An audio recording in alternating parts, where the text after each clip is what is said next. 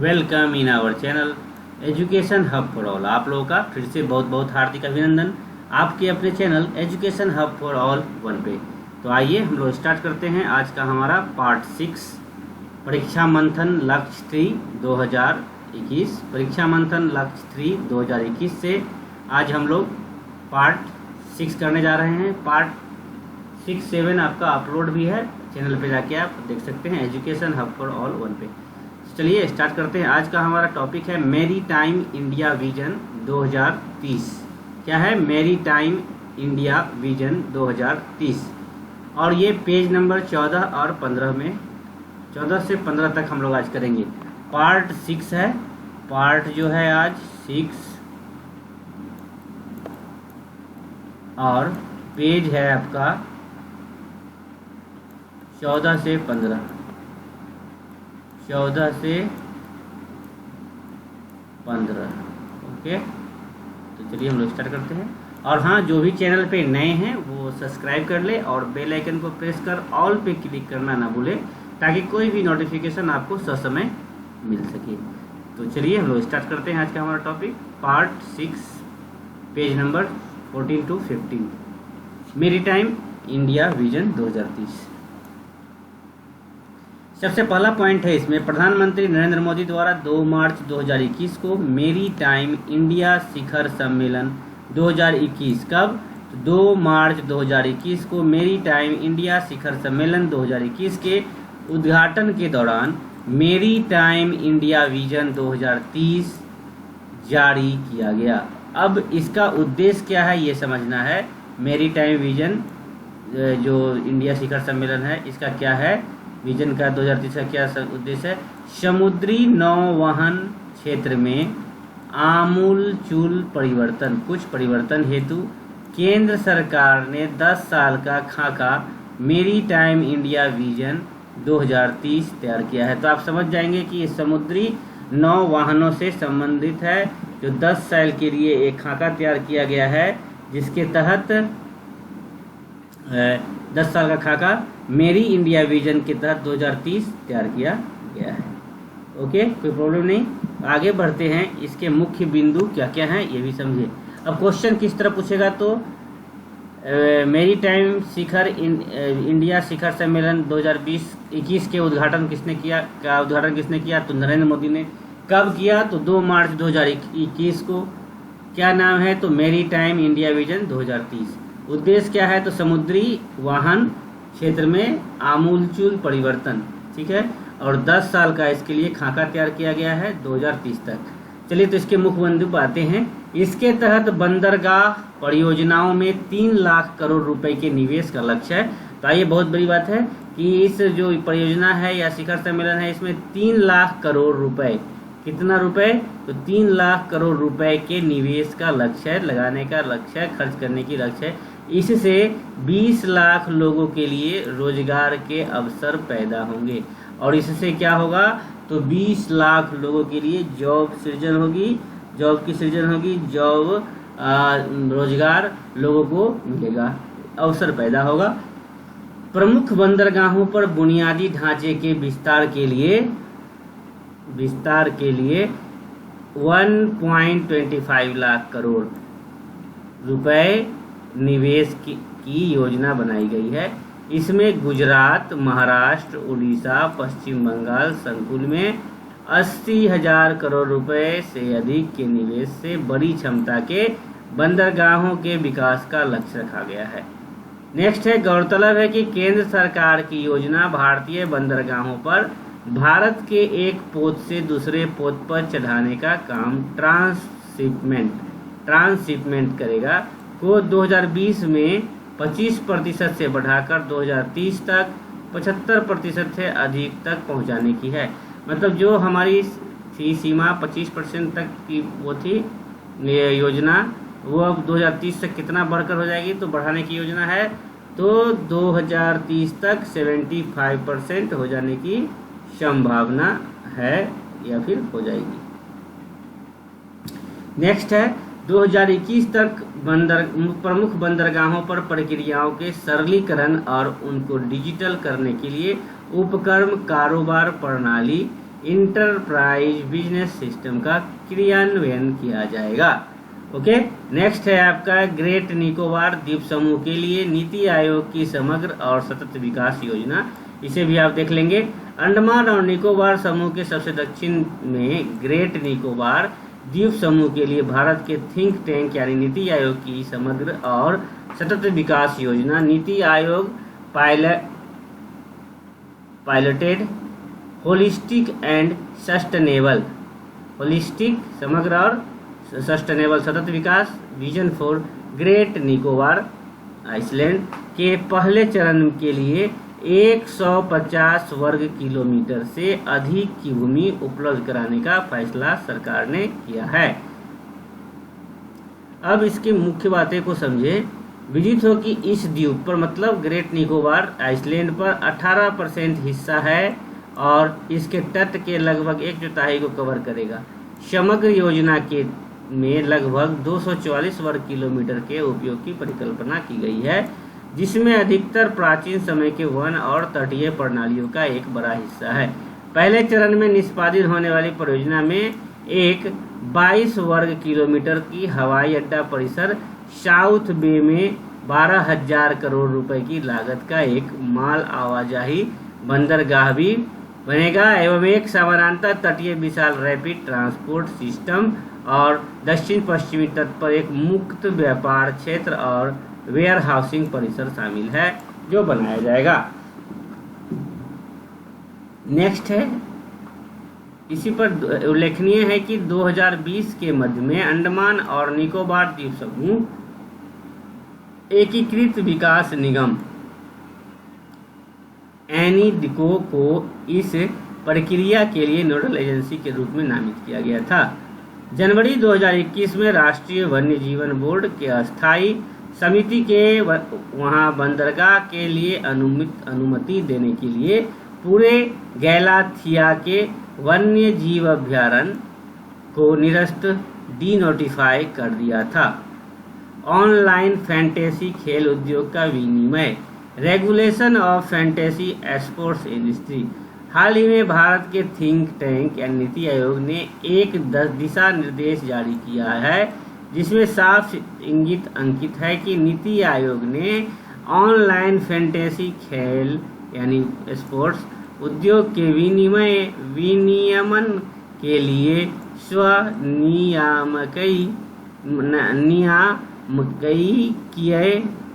नियामकीय संगठन self regulatory organisation गठित करने की वकालत की है। गौरतलब है कि आयोग ने भारत में ऑनलाइन फैंटेसी खेल मंच को लेकर एक समान राष्ट्रीय स्तरीय नियमन के लिए निर्देशित सिद्धांत शीर्षक से मसौदा प्रस्तुत की है। अब देखना है इसमें क्या है, नीति आयोग द्वारा प्रस्तुत प्रमुख मसौदा क्या है, दिशा निर्देश क्या है। नीति आयोग द्वारा जारी इस रिपोर्ट में कहा गया है कि फैंटेसी खेल उद्योग में लोगों की रुचि है, सरकार इसे मान्यता दे रही है और इसकी अहम एक पहचान है।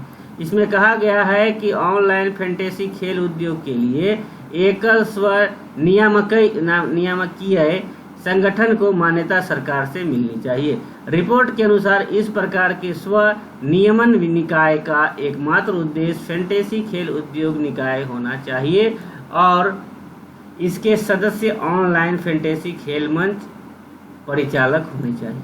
साथ ही ऑनलाइन फैंटेसी खेलों को 18 साल और उससे अधिक उम्र के उपयोगकर्ता के लिए सीमित करने का भी सुझाव नीति आयोग द्वारा दिया गया है कि मतलब 18 साल या फिर उससे अधिक उम्र के उपयोगकर्ताओं के लिए सीमित करने का भी सुझाव नीति आयोग द्वारा दिया गया है। नेक्स्ट है आपका क्या है फैंटेसी खेल, तो समझ ले फैंटेसी खेल एक मनोरंजन मंच है जो कौशल आधारित है, जिसमें खेल के प्रशंसक विभिन्न खेलों के आगामी मैचों से पहले वास्तविक खिलाड़ियों से बनी अपनी फैंटेसी टीम बनाते हैं। दूसरे शब्द में बोले तो फैंटेसी खेल उपयोगकर्ता को वास्तविक दुनिया के खिलाड़ियों से मिलकर एक वर्चुअल टीम बनाने और उनके प्रबंधन करने की अनुमति देता है। उदाहरण के लिए ड्रीम 11, माई टीम 11 इत्यादि।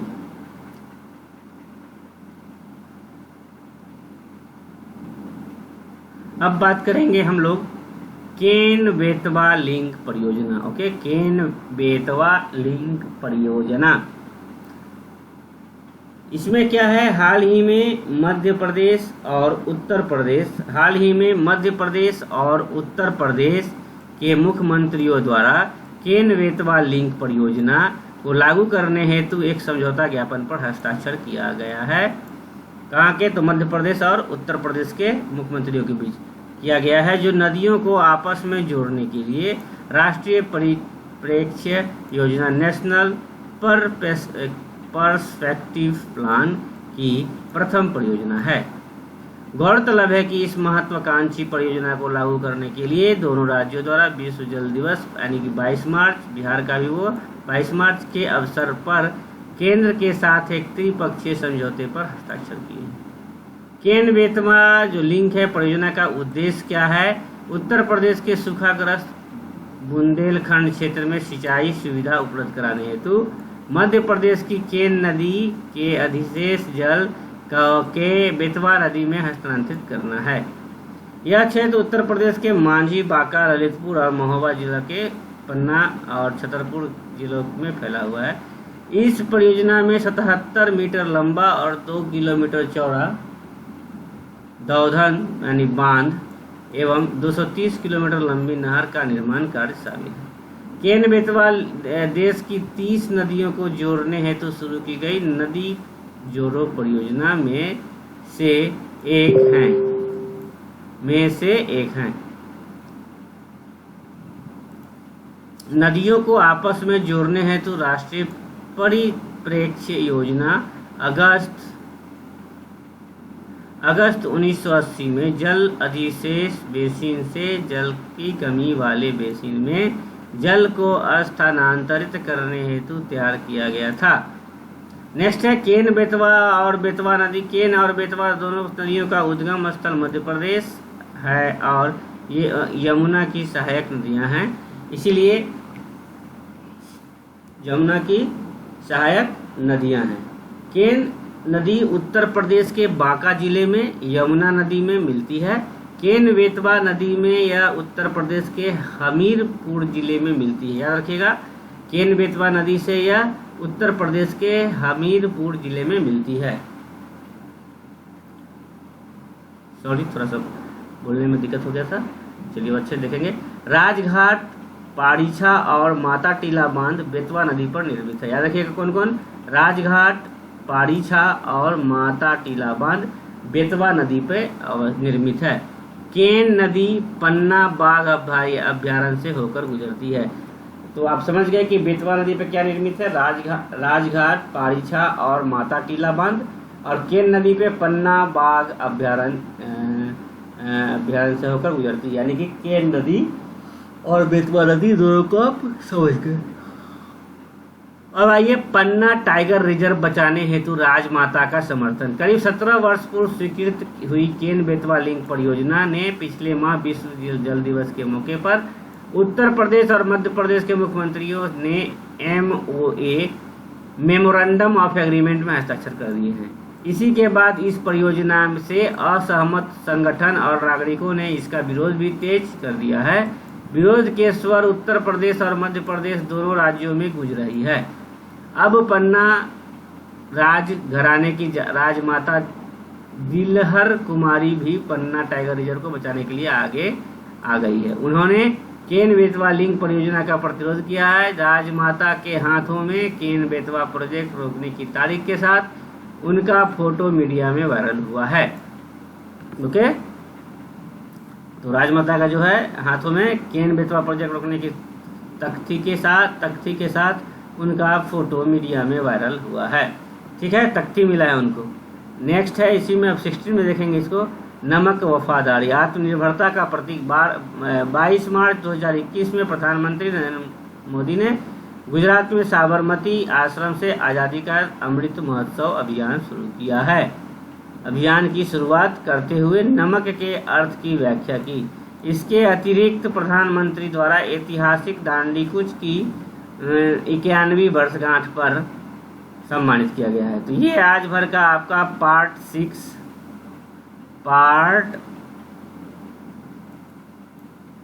6 और परीक्षा मंथन लक्ष्य 3 2021 से हम लोग अभी किए। 2-3 इम्पोर्टेंट पॉइंट है जिसमें केन बेतवा लिंक आपका इम्पोर्टेंट है, और केन बेतवा लिंक के बाद है आपका, देख लीजिए, मेरिट इंडिया शिखर सम्मेलन। Okay, bye bye, take care, अच्छे से पढ़ें क्योंकि नोटिफिकेशन संभवतः जुलाई में आने की संभावना है। और हाँ, इस चैनल पे जो भी नए हैं सब्सक्राइब कर ले, बेल आइकन को प्रेस करना ना भूले और ऑल पे क्लिक कर दे ताकि कोई भी नोटिफिकेशन आपको ससमय मिल सके। चलिए, तो और अगर वीडियो आपको अच्छा लगे तो ज़रूर लाइक और लाइक ज़रूर कीजिएगा। लाइक में आपका कुछ जाता नहीं है। चलिए, बाय बाय, टेक केयर।